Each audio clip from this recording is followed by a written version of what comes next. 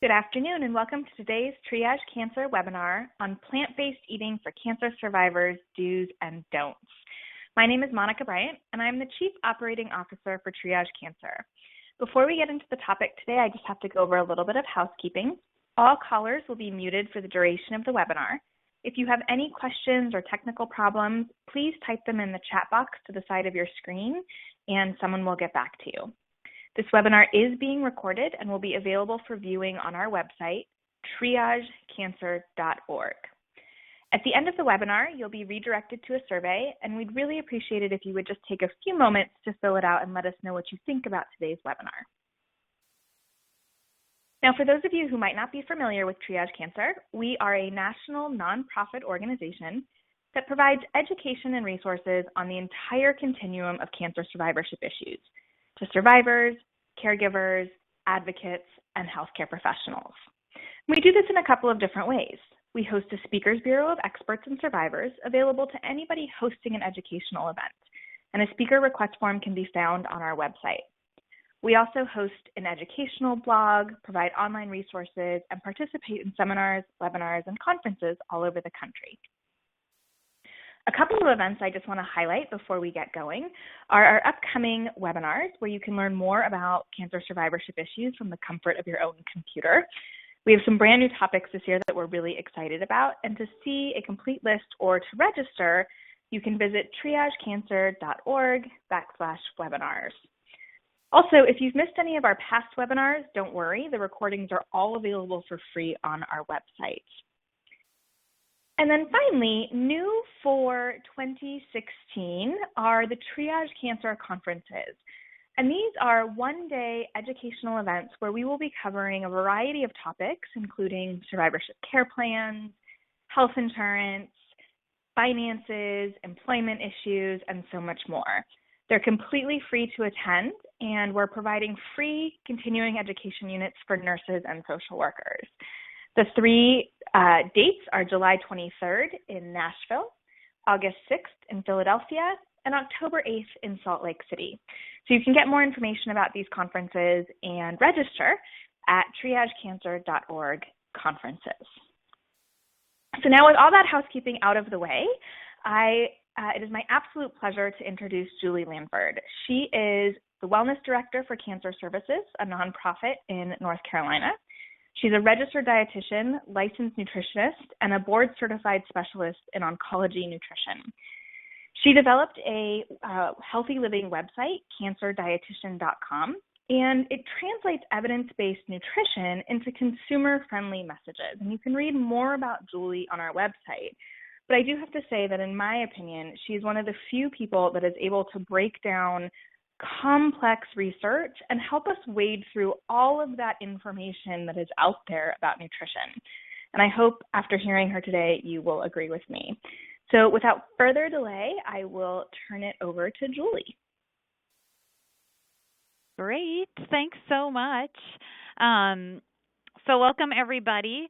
And I'll say it's fun to see, as I was looking over the attendee list, people from all over, including, I noticed somebody from here in Winston-Salem, where I'm located, as well as some other local people.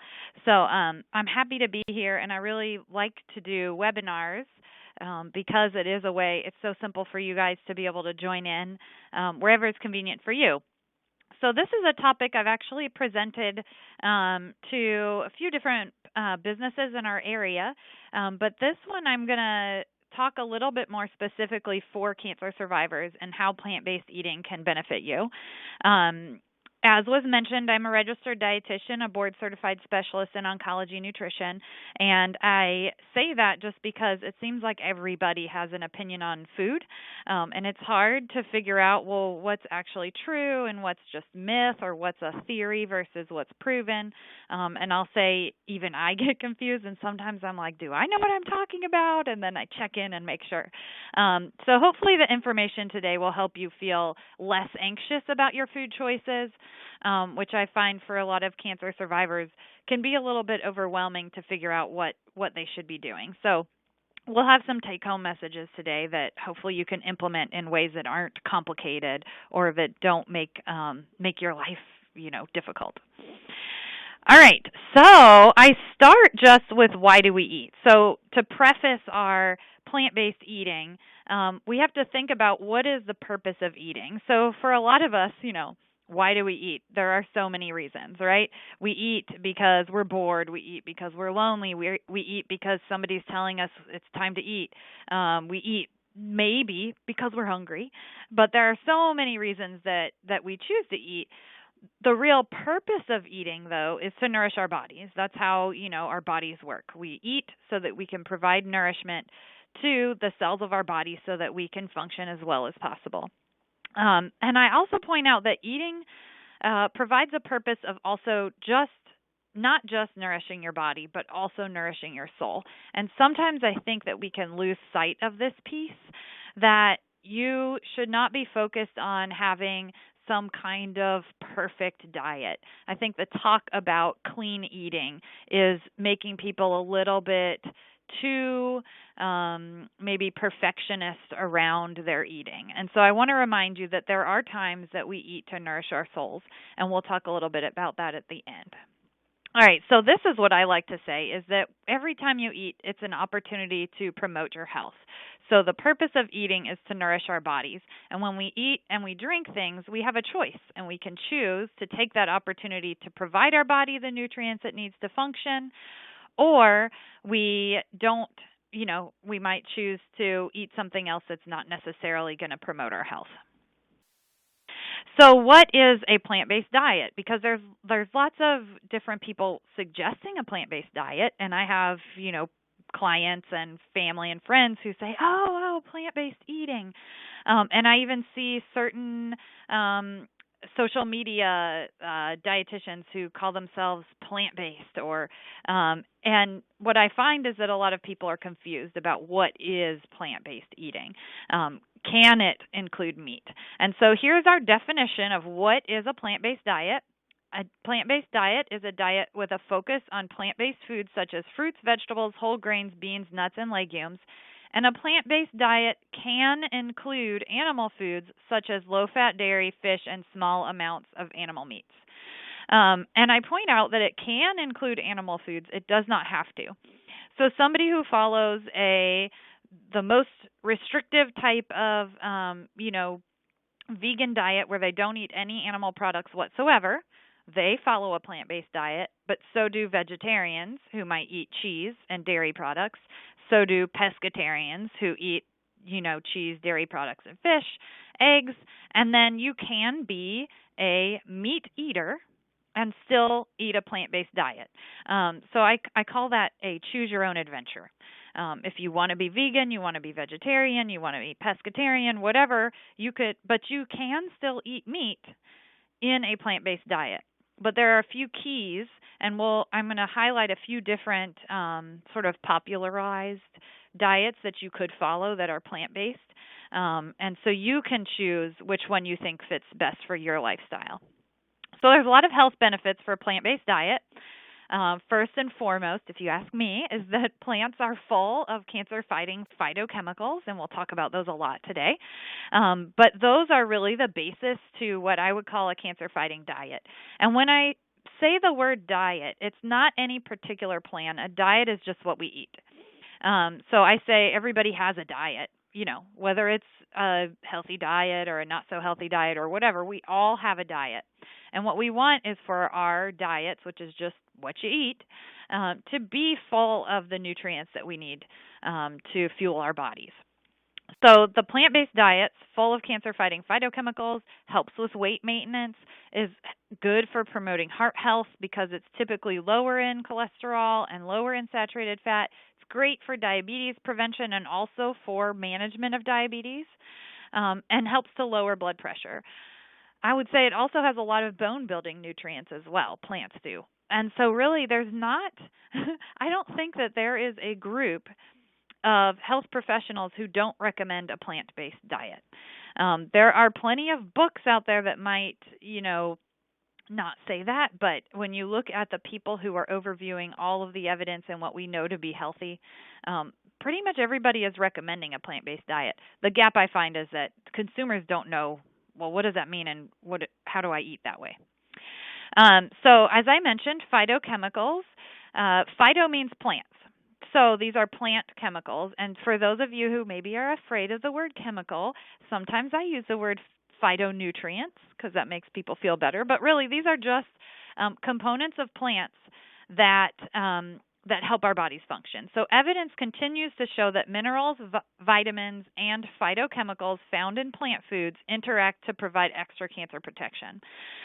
So while you maybe haven't heard the word phytochemical before, although now more and more I'm finding people have heard of them, you probably have heard of types of phytochemicals and you just didn't realize that the broad category that covers all of these different things, including antioxidants, carotenoids, isoflavones, and catechins, they're all part of this huge group of nutrients called phytochemicals, and they're not necessarily vitamins or minerals. So my point here is that there's lots and lots of things in plants that are good for you that promote a healthy body that you're not going to find in a multivitamin. It's not just, the 12 vitamins that we know about. There's lots and lots of other nutrients that our body needs to function, and they're generally found in these plant foods. So phytochemicals are biologically active components of plants.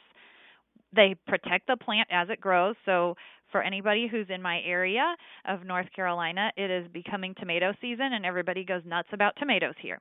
So we grow tomatoes, we eat tomato sandwiches, everything's all to do with tomatoes. And I explain it as when you grow a tomato plant, that tomato plant has lots of things that protect it against crazy weather, against bugs, against, the heat, like the skin of the tomato is going to protect it. And when it protects the plant and then we eat the fruit of the plant, then it helps our bodies to function. And that's how that's how we're designed. So phytochemicals help our immune system promote our health. And your body prefers nutrients in food, not pills. And this is always something I come back to when people ask me, well, someone tried to sell me this supplement or they tried to tell me this one phytochemical is really good for me and I should take this pill. Well, phytochemicals are all good for you. So I would say there's no one that's, more magical than any other one. So I want you to get a variety. And also, your body wants nutrients in the same concentration as it was grown in the food. So there's really not any good evidence showing that you should take your nutrients from pills unless you have low levels. So if you get your iron checked and your iron is low, or you get your vitamin D checked and your vitamin D is low, you need supplements to bring it back up. But if generally you're able to eat a healthy diet, you should get your nutrients from food, not from pills. All right, so this is kind of a fun picture of how all of the different phytochemicals that we can eat are found in different colors of foods. So you've probably heard, you should eat your colors. And there's good reason why we suggest that people eat their colors, because color is an easy way, and I'm not talking the colors like, Kool-Aid red or cereals, Lucky Charms. I'm talking colors as they're grown in the plants. So the colors that you choose, or the foods that you choose that have lots of different colors, mean that you will get a variety of phytochemicals. So this is just a picture of, okay, look, in the red, right, the red fruits and vegetables, there's lycopene. In some of the orange, which probably a lot of you already know, oh yeah, of course, I knew that sweet potatoes and carrots were good sources of carotenoids or vitamin A because they're orange. And I also like to point out in this slide that there is a section for white.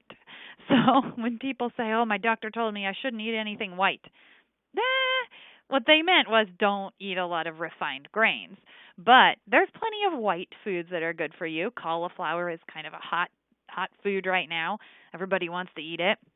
Onions, they're good for you.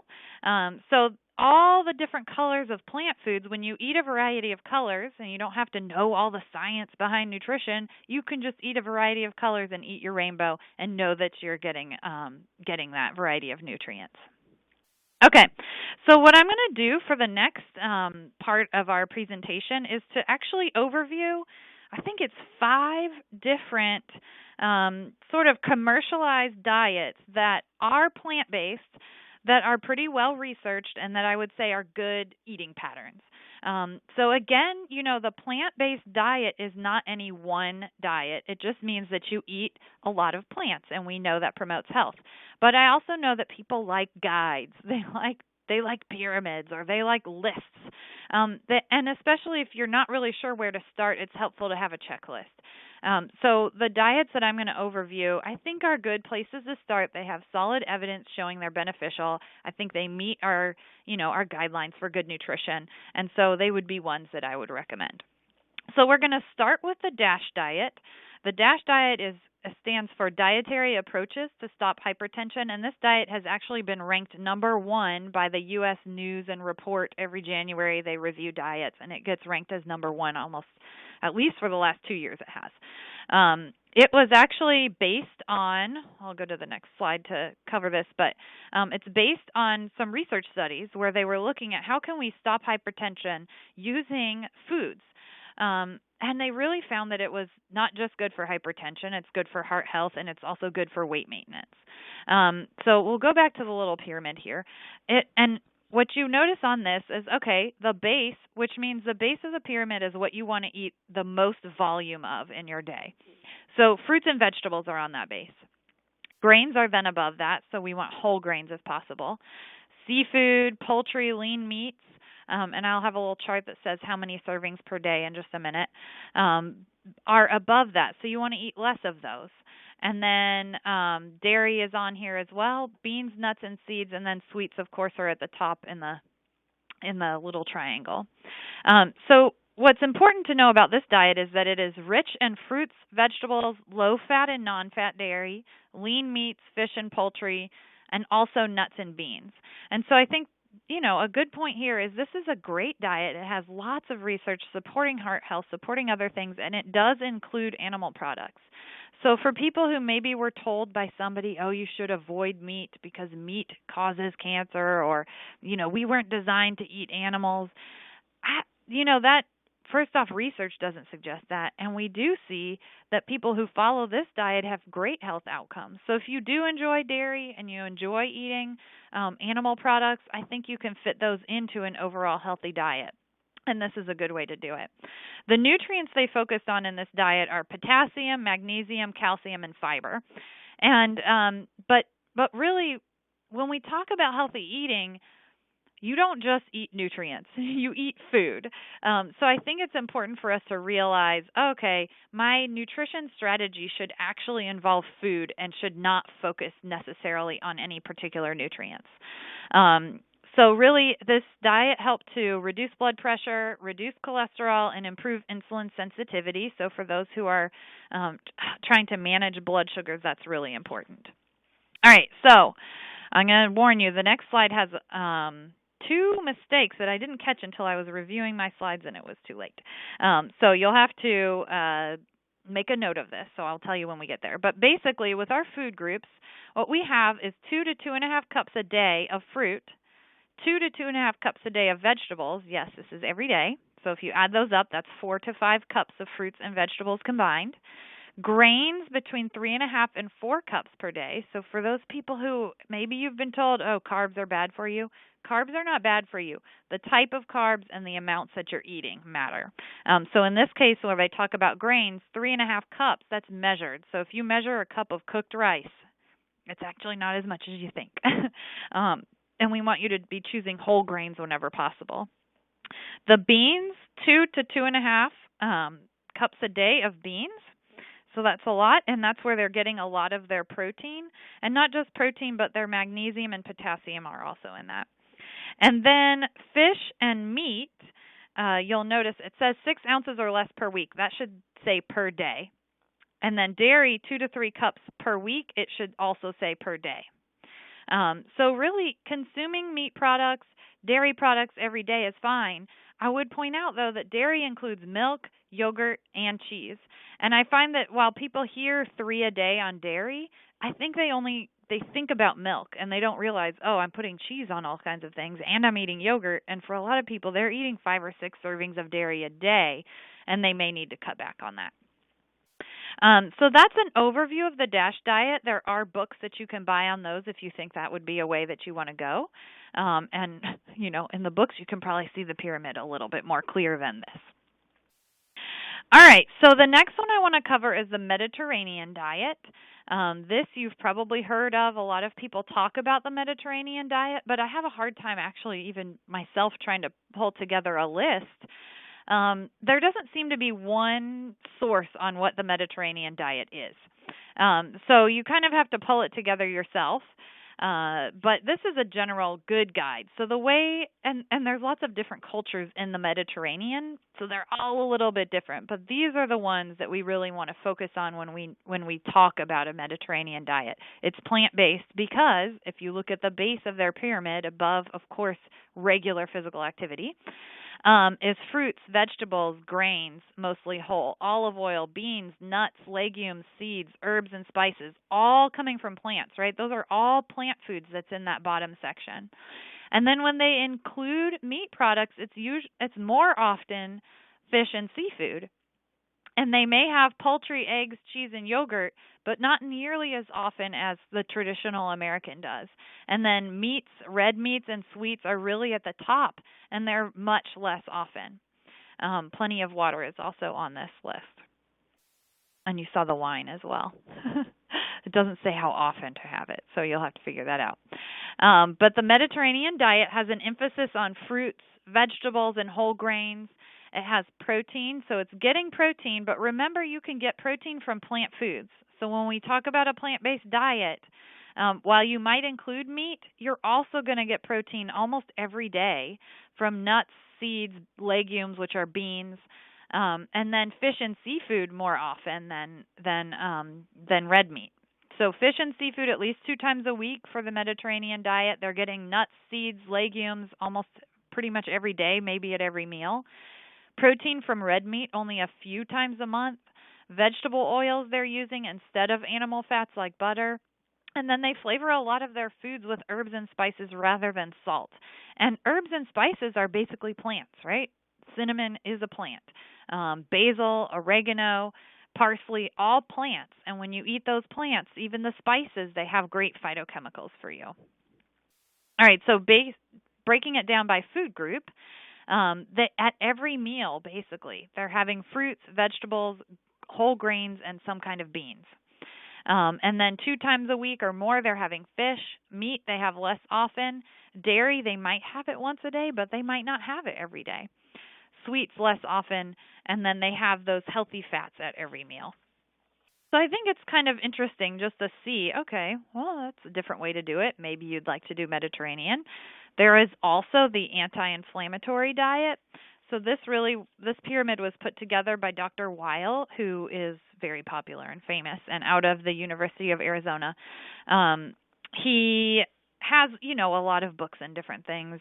I don't necessarily think that you have to buy into everything, but I think this guide is really helpful because it does list very specifically how much to have of different things. So you'll see on here again, there's a common theme. Fruits and vegetables are across the bottom, which means that most of the volume of food that you eat should be fruits and vegetables. Above that, again, you've got your beans and legumes, your grains, preferably whole grains. Now, he specifies for pasta you should eat it al dente, which means it's not quite all the way cooked, so it's a little bit crunchy. I wouldn't go so far to say you have to get it that perfectly, but if you like it that way, I think that's great. Basically, it means that the carbohydrates in that pasta are not broken all the way down in the cooking process, and therefore your body, it's more complex carbohydrates. But I really think it's not that big of a deal. Above that is healthy fats. So similar to the Mediterranean diet, we're focusing our fats on the healthy fats, which is olive oils, nuts, avocados, seeds. Above that, fish and seafood. And then they have whole soy foods. So edamame, soy nuts, soy milk, tofu. He has it on here every day, which I think is a great way to get protein, but also from plants. For those of you who maybe were told, well, you have an estrogen-positive cancer, and so you can't have soy, actually the current evidence When we've done research studies on actual humans who have breast cancer, we've seen that consuming soy foods can help promote good health. And so if you want to know more about that, the American Institute for Cancer Research has done great reviews on that and gotten really, well-educated people together and given statements saying that it's okay in whole soy form. What we want people to stay away from are the concentrated powdered versions of soy, or where you might have concentrated isoflavones, especially for estrogen positive types of cancer. But if your oncologist has told you not to eat soy, it's a little hard to think, oh, I don't know. So what I usually tell people who maybe had an oncologist that cautioned them against eating soy is, first off, you don't have to eat soy to have a healthy diet, right? If you did all the other things that were on this pyramid or that we've talked about so far and did not include soy foods, you could still have a perfectly healthy diet. So it's not required. But the next thing I would encourage you to do is just ask your doctor if there are updates, or bring them the statement and the research from the American Institute for Cancer Research based on lots of great studies, and see if they have opinions on that, because you don't always get updated when research changes. So he also has cooked Asian mushrooms on here, which, I think mushrooms are great. But I don't know how much you need to have them. And then they have eggs and dairy, herbs and spices, tea, which is technically white, green, oolong, are types of teas. And then they have supplements daily. Again, I don't think they're necessary unless you have a reason to be taking them.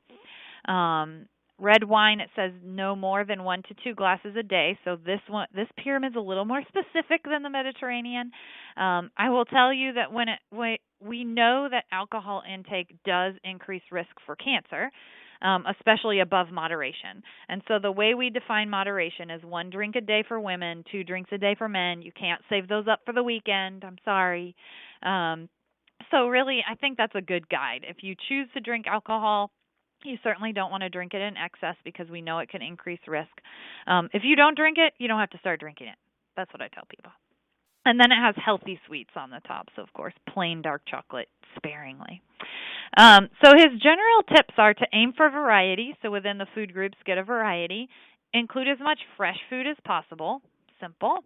Now, I would tell you that sometimes frozen fruits or vegetables are fresher than fresh, depending on where your food's coming from. So I think frozen foods can be a good option, because a lot of times they're picked fresh and then frozen, and that preserves their nutrition. Minimize your consumption of processed foods and fast foods, and eat an abundance of fruits and vegetables. There's lots of different options on that. So this is how it breaks down. If you couldn't read the other picture, it breaks down basically to fruits, 1.5 to 2 cups a day, vegetables, 2 to 2.5 cups a day, grains, again, 1.5 to 2.5 cups a day, beans, 1/2 to 1 cup a day, fish, 6 to 18 ounces, and then this is per week, meat, 3 to 6 ounces per week. Okay, let me just tell you, the typical American probably eats about 18 ounces a day of meat. So you can see where this is just a little bit, there's a significant difference, I think, between what the typical American. Now, most of you on the call here or on the webinar are probably not typical in your eating, because you're attending a nutrition seminar. But if you're thinking about, well, what makes a difference between what the typical American does and what we're actually recommending, that's a big difference. Dairy, 1 to 2 cups a week as opposed to per day. Sweets used sparingly, and then it actually has a specific amount of fats, 5 to 7 teaspoons per day, however you're going to measure that. So the New American Plate comes from the American Institute for Cancer Research, which again has a lot of really great resources, so you'll want to check them out.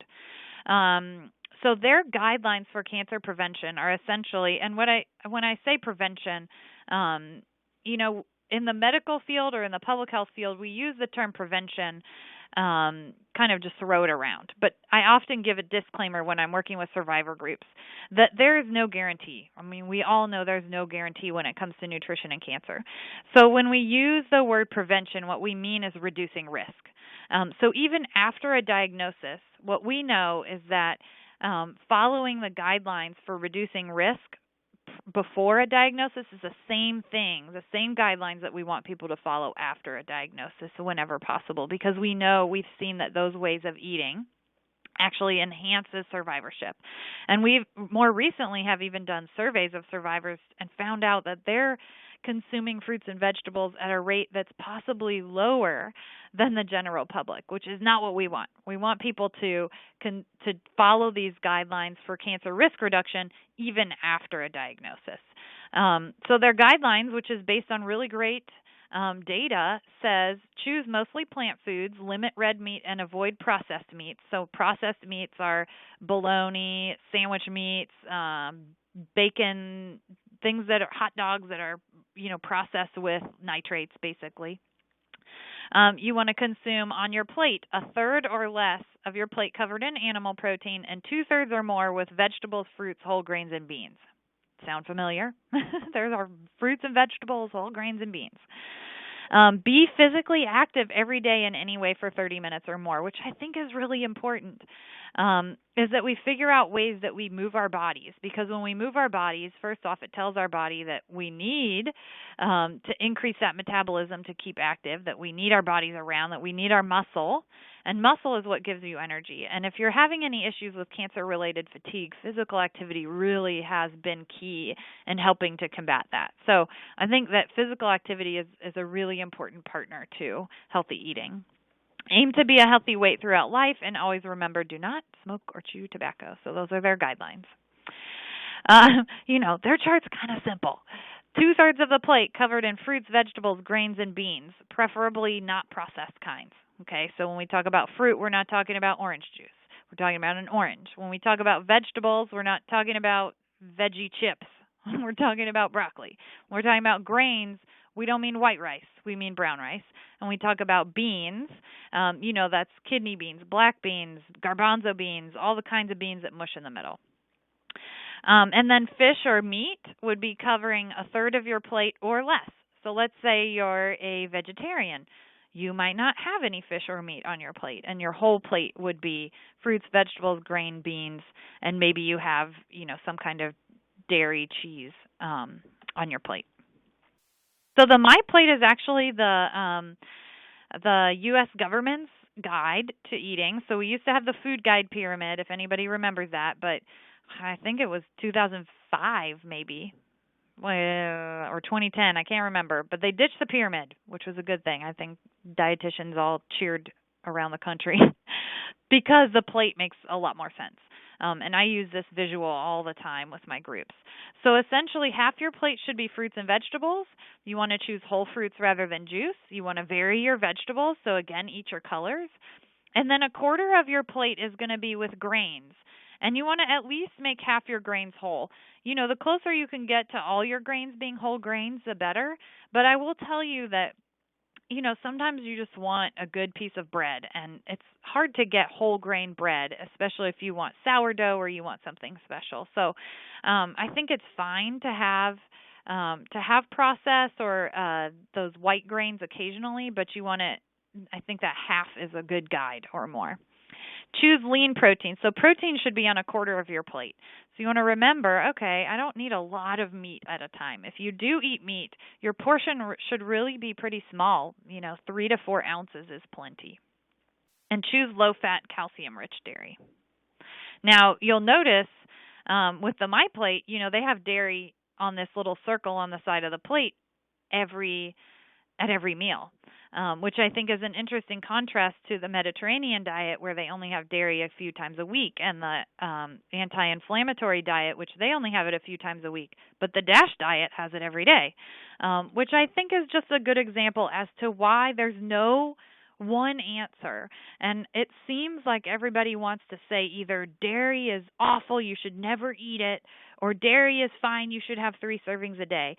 And forgetting that there's a balance somewhere in between there, and anywhere, in between is fine. So I think that you can kind of make your own choice based on what fits your lifestyle, as long as it's not excessive. I mentioned a lot of people, I think they're having 5 servings of dairy a day. Might be too much, because essentially they're filling up on dairy and they're not getting enough of the other foods, and they're not getting variety. All right, so the My Plate really looks like, and you can go onto their website. It's kind of fun. You can go on, you can put in your activity level, your age, your weight, your height, and it will spit out recommendations specifically for you based on the input that you put in. And they also break it down for kids too. So if you have kids in your life and you're kind of thinking, well, how does this apply to them? You could go in there, put their age, and it'll tell you how much to have from each food group, which is helpful. So generally, just for a typical person, they would say 1.5 to 2 cups of fruit, 2.5 to 3 cups of vegetables, grains 3 to 3.5 cups a day. And I'll point out here again, across the diets we've talked about, the amount of grains has varied. Really, I think the lowest end was 1.5 cups a day, all the way up to I think maybe the DASH diet was 4. I can't remember exactly, but a wide range. Really, it's a pretty wide range. So I think that you can find a balance in there. Beans, 1/2 to 1 cup a day, which is, I think it was the same as one of the Mediterranean diet or anti-inflammatory. Fish and meat, only 5 to 6 ounces a day. Dairy, it has 3 cups a day. Again, I would say this is at the top end of what I would recommend. And then fats, 5 to 6 teaspoons a day. So what I like to do with this chart is, although it's kind of small to read, but the point is that across the 5 different eating patterns, plant-based eating patterns that we talked about, there are a few common themes, which I think are the key pieces that you want to take home, the things that you absolutely want to be sure you're doing. You can mix and match things across the diets. You can make up your own kind of plan. But the key things that you want to be absolutely sure you're doing is consuming plenty of fruits and vegetables. And by plenty, I'm talking 4 to 5 cups a day. So you can look the Mediterranean diet, sure, it says every meal. The anti-inflammatory diet, you can see the combination of fruits and vegetables combined is anywhere from 3.5 to 4.5 cups a day.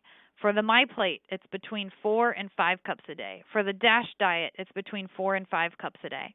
And I would say if you follow the New American Plate, you're probably having 1.5 cups at each meal, which is going to add up to 4.5 cups a day. And so what I'm always telling my clients is recognizing that this is one of the most important things that you can do is simply by focusing on the amounts of fruits and vegetables that you're eating in a day. That can make a big difference in your nutrient intake.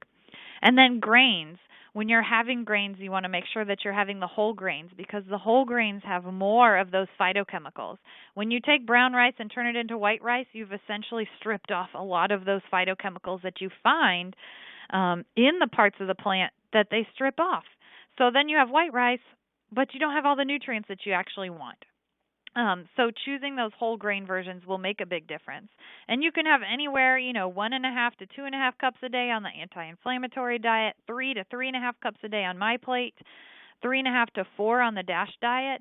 And I think when it comes to grains, it's going to depend. If you're somebody who has to really watch your blood sugars and make sure that your carbs are under a certain amount for blood sugar management, you might be on the lower end of the grains because you might be getting your carbohydrates from fruits and from dairy.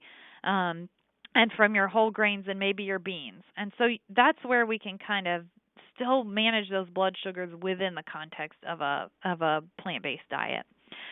The other theme, in addition to fruits and vegetables, 4 to 5 cups a day combined, is beans. So almost on every diet that we talked about, they are consuming beans every day. So, and I include nuts in that. So on the Mediterranean diet, they have it at every meal. On the anti-inflammatory diet, it's 1/2 to 1 cup a day. And so what we're talking about here is that you need to include beans or nuts or seeds or some kind of plant protein every single day. And that way you don't have to eat as much of the animal-based proteins, which, by the way, it's better on your budget because beans are just about the cheapest kind of food that you can eat. And they also are a great source of fiber, which we know is good. So fish, regularly, I think the typical American maybe has fish once a week. We're talking about fish, 2 times a week. And then meat, when it comes to poultry, red meat, they're not really having it as often.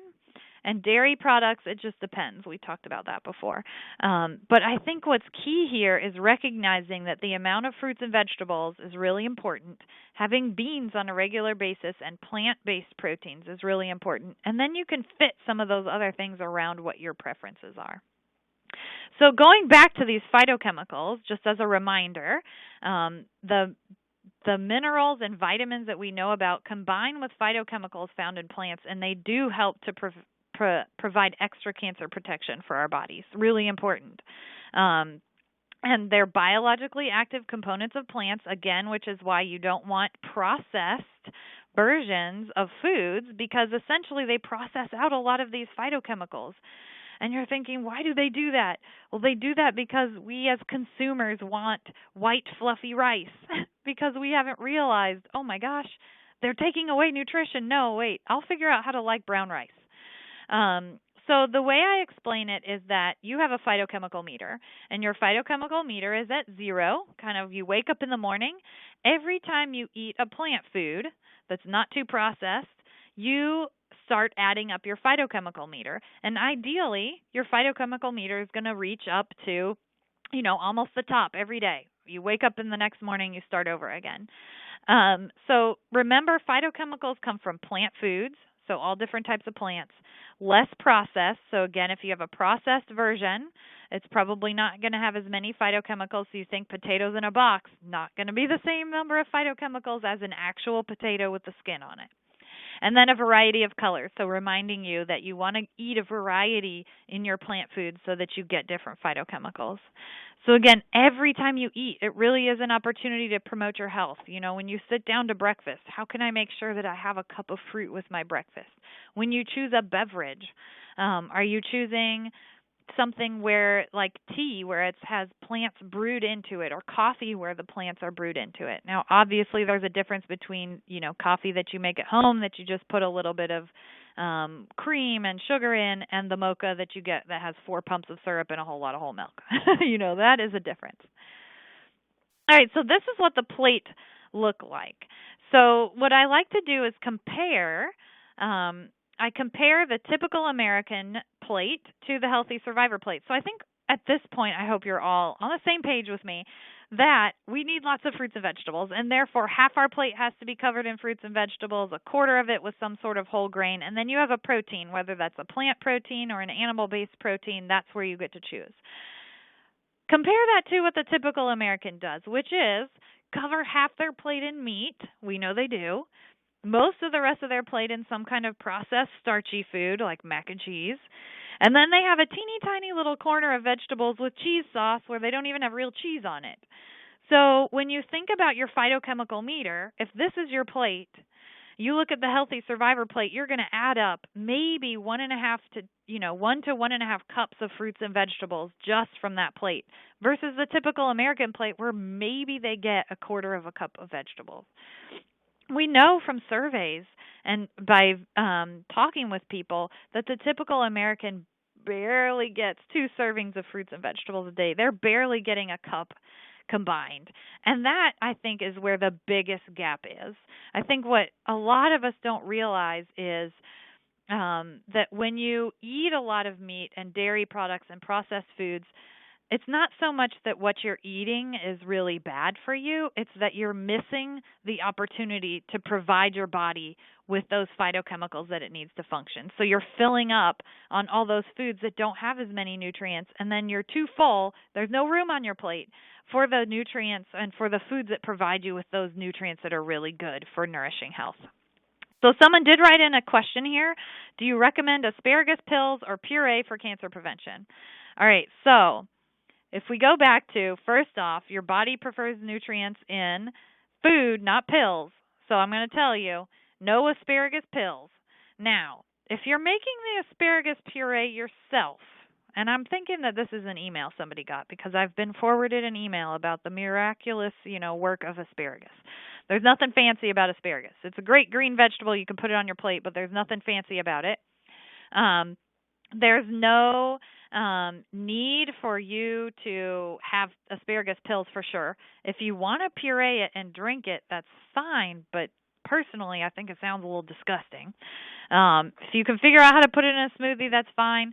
I think the best way to eat it is to stir fry it in a little bit of oil with salt and eat it on a plate with salmon and potatoes. But, that's just my opinion. So I would not necessarily, I would never buy pills, and I probably would never even puree it because that doesn't sound good to me. But if it tastes good to you, I think it's fine. As long as you know, okay, I got this asparagus, I steamed it, I pureed it myself, and now I'm eating it. Because there is a difference. People will ask me, should I juice or should I blend? You're much better off blending because you get the whole food. When you juice, you're removing a lot of those phytochemicals, right? The pulp is taken out, and you really want that pulp. The next is, here are just some simple goals I think that we can focus on. So let's say, all right, I liked some of those diets, but I'm not really a diet plan kind of person. I think there's some really simple things that you can do to make sure that you're following a plant-based diet. The first thing is choose beans, nuts, or seeds as protein at least once a day. If you're eating meat, you want to have a small portion. A deck of cards is about the size of 3 ounces, and that's plenty for a meal. And then you want to flavor your foods as much as possible with herbs and spices instead of using salt-based flavorings. The next key, which I really already kind of beat home, is 4 to 5 cups of fruits and vegetables combined every day. So we're talking, if you break that down, it's a cup of fruit with your breakfast, a cup of vegetables with your lunch, a cup of vegetables with dinner, and have fruit and or vegetables with your snacks during the day. You'll get up to that 4 to 5 cups pretty quick. But if you're like the typical person, you don't have any fruit with breakfast and your vegetables with lunch are as pretty much a slice of lettuce and slice of tomato, there's no way you're going to get up to 4 to 5 cups in one meal when you come home for dinner. And we know most people, they grab from the drive-thru going for dinner. So really, I think one of the best places you can start is just start writing down when you eat fruits and vegetables during the day. And you'll notice when there's some gaps and you'll be able to say, okay, here's where I need to start, is by including more fruit with my breakfast. The next tip is to minimize processed plants. So choosing 100% whole grain instead of enriched grains, which I know can be a difficult thing, especially if you're buying bread at the grocery store. It's like impossible to figure out which one to buy. But I'll tell you, they can't lie. So if they put a percentage on the outside of the bread, if it says 100%, they can't lie about that. And always, always, always, before you buy any food that has a food label, you should read the ingredient list because you should know what you're buying. If the ingredient list on a grain product like crackers or bread or pasta or rice says enriched in any part of the ingredient list, then you know that it is not 100% whole grain. Because a lot of times they'll call something made with whole grains. It might say whole wheat flour as a first ingredient, and the second ingredient is enriched flour, and that means it's more like a 50-50 mix. So you want to make sure you're getting the 100%. Here's my other favorite tip. Choose plain versions of foods and flavor them yourself at home, because the food companies add a lot of flavorings that you would never add at home, and they add a lot more of them than you would ever add at home. So when you think about yogurt, the amount of sugar that you would add to your yogurt at home isn't nearly as much as the amount of sugar that they pre-add to those little cups. So buy the plain yogurt. Yes, I know it tastes like sour cream, but by the time you add a little sugar to it, it tastes good. But sugar it at home or use fruit to make it taste good or something so that you don't buy the pre-sweetened versions. Same thing with oatmeal. You want maple syrup and brown sugar oatmeal. Don't buy those packets because it's not real maple syrup anyway. Go home, buy the plain oats, which are really cheap. You want maple syrup and brown sugar. You put brown sugar, you put maple syrup yourself when you make it. Drink water and unsweet tea or coffee instead of sugar-sweetened beverages, which I know people hear that all the time, but it really does make a difference. Another question in here, talk about smoothies, liquid food versus solid forms.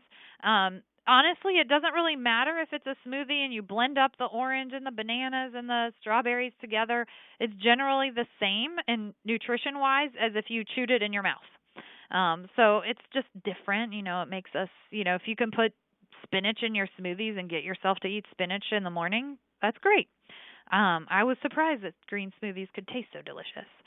If you want a green smoothie recipe that's sure to work every time, on my website I have a tried and true green smoothie. Whey protein powders, I think that those are fine, but most people don't eat protein powder because they're overeating protein in the first place. So I would always question, why does someone need protein powder? Why can't they just get protein in food?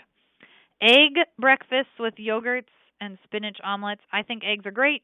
You know, as long as you're not eating eggs at every meal, they're good for you. So I think that's a good option. All right, so this is just a sample of what you might do to make your own meal plan. When I first started as a dietitian, people used to ask me to make meal plans, and I thought, oh, this is so fun. I'm really going to help people, and I'd make them a meal plan, and I'd give it to them, and then they'd come back next time, and I'd ask how to go, and they were like, oh, I didn't follow that. Oh my gosh, it takes so much time. They didn't follow it because I was giving them stuff that they didn't like to eat. So it is much better for you to make your own meal plan than to have somebody else make it for you, because you need to figure out what it is that you're actually going to eat. So somebody asked, how much protein do we need in a day? Now, it's going to depend. So recognize that if you're in treatment right now, your protein needs might be higher. If you're an athlete or you have a lot of muscle mass, and you're really active, your protein needs might be higher. But in general, when we look at just the typical person, 60, 80 grams of protein a day is plenty, and it's best if you can spread that out throughout the day, which is why on this meal plan we have 10 to 20 grams of protein at breakfast. Now, if you could get 15 to 25 at breakfast, I think that would be great, but a lot of people don't have a good protein source at breakfast. So we have it a little low there. And then at lunch, 20 to 30 grams, at dinner, 20 to 30 grams. That's going to get you up there. But if you're like the typical person and you double up that, half plate of meat at dinner, you're consuming more protein than your body can really use at that time anyway, and so it's just stored as fat. Which is not a bad system. It's a good system for us to do that, but I think a lot of people don't realize just because you eat protein doesn't make you build muscle. Let's see. Next is just a sample. So somebody asked if you could use that form for clients on the slides. That's fine. I don't even know where. I think maybe we came up with this, one of my interns or something. So this is fine. Somebody else asked if the slides will be available. The slides won't be available, but you can review the webinar because it'll be on Triage Cancer site. And I would also tell you that for any patients that you would want to see it, they can view it on there as well. So this is just a sample of a plant-based day. And I would tell you, when you look at this, you think about what the typical American eats. And every bullet point you can see where they might make a choice that doesn't give them nearly as many plant nutrients. And that's what I think that's the bottom line, is that there's nothing magical about any one food or food item. Acai berries aren't magical. Blueberries aren't magical. Broccoli is not magical. All of those things. There's no one food that's the perfect food that's going to, be a miracle in your body. However, with every choice you make, you do have a choice to, let me give my body more nutrients. And that's where I think what happens is, if you buy processed foods or foods that are in the grocery store in packages, you don't realize how many nutrients have been removed or before it's gotten to that package. And so that's why we say, eat foods closer to how they're grown, and then you can decide how to flavor them yourself. So this is just an example, and it's about 1,900 calories for the day. It actually has 100 grams of protein, and most of that protein is not coming from meat, right? You've got hummus, which is made from garbanzo beans. You have almonds. You do have some. So stir fry has chicken in it, or if you're vegetarian or you wanted to include soybeans or tofu, you could do that. So there's lots of really great options, and it doesn't have to be complicated. This is one of my favorite examples, is that I bring my lunch every day. I have peanut butter and banana sandwich. I have a few, carrots, and it's not complicated. Piece of fruit, done. All right, so this is what a serving is. We talked about a 3-ounce piece of meat is about the size of a deck of cards. A cup, so a cup is this baseball. There was an extra graphic that's not showing up in the slide, at least how I'm viewing it. So the half a cup should have a line across the baseball or softball to show you half of it is what a half a cup would look like. And the golf ball is about a quarter cup. And then these 4 dice of cheese. It's an example of what 1.5 ounces of cheese is. So I find that people who really like cheese, they're having a lot of servings of dairy at a time, eating those little cheese cubes. So paying attention to that. And then a third of a cup, as you can see kind of how it fits in your hand. It's like a small handful is what we call it. And, I don't think you have to measure everything all the time, but I do find it helpful for people who maybe haven't really paid attention as much to what their serving sizes are, is the next time you have rice, measure a half a cup of rice and put it on your plate and look at it. And also, when you think about eating 4 to 5 cups of fruits and vegetables every day, realize a cup is not as much as you think it is. So how can you get those? All right. Bottom line is that whatever changes you want to make, they need to be done thinking, I'm going to do this forever. And so what kills me is that the fads that people go through, they follow these different diets. They want to do South Beach, or they want to do whatever, Whole30, or the next latest fad, and they go through phases. Phases aren't helpful. What you need is to pick what it is you're going to do, make one small change at a time, and make it last. And that's when you have long-term impact that's really good for you. So you know that no single food or food substance can cause cancer or can cure cancer. So you want to ask, is it a habit? So I say if you do something 3 times a week or more, that's a habit. And so you have to figure out, all right, is this a habit I want to change, or is this a habit I'm going to keep?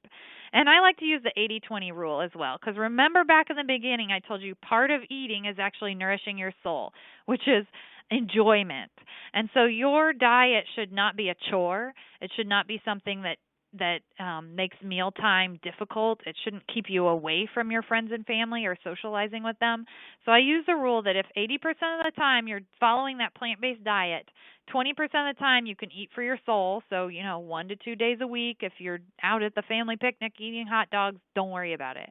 But if you're like the typical person and you're the typical American, they might eat well 20% of the time, and then they eat a lot of processed food 80% of the time. So this is my conclusion. Really, keep calm and eat your vegetables. And I'll say one little piece at the end here, that throughout this entire presentation, there has not been any talk about whether your fruits or vegetables or produce or food is organic or not.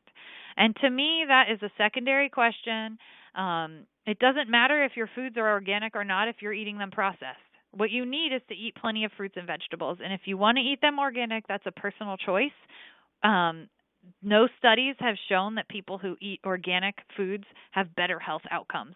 But I cannot tell you how many studies have shown that people who eat lots of fruits and vegetables have better health outcomes. So I tell you, that's a choose your own adventure. If you want to choose organic, you can, but you certainly don't have to. What you have to do is eat plenty of fruits and vegetables to nourish your body.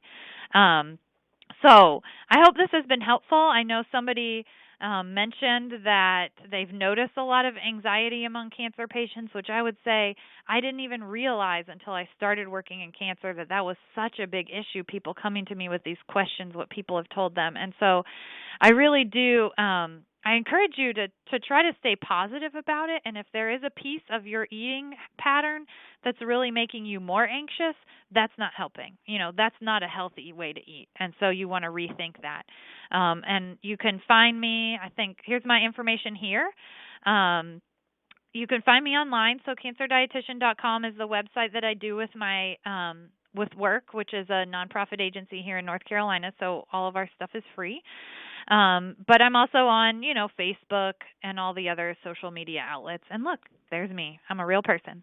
So hopefully this has been helpful, and I'm really excited that it's going to be recorded so that people who couldn't make it will be able to join in and learn. So thanks for joining us today. Thanks, Triage Cancer, for hosting me. And if you guys need any other questions answered or want to join me online, please do so. There's my references.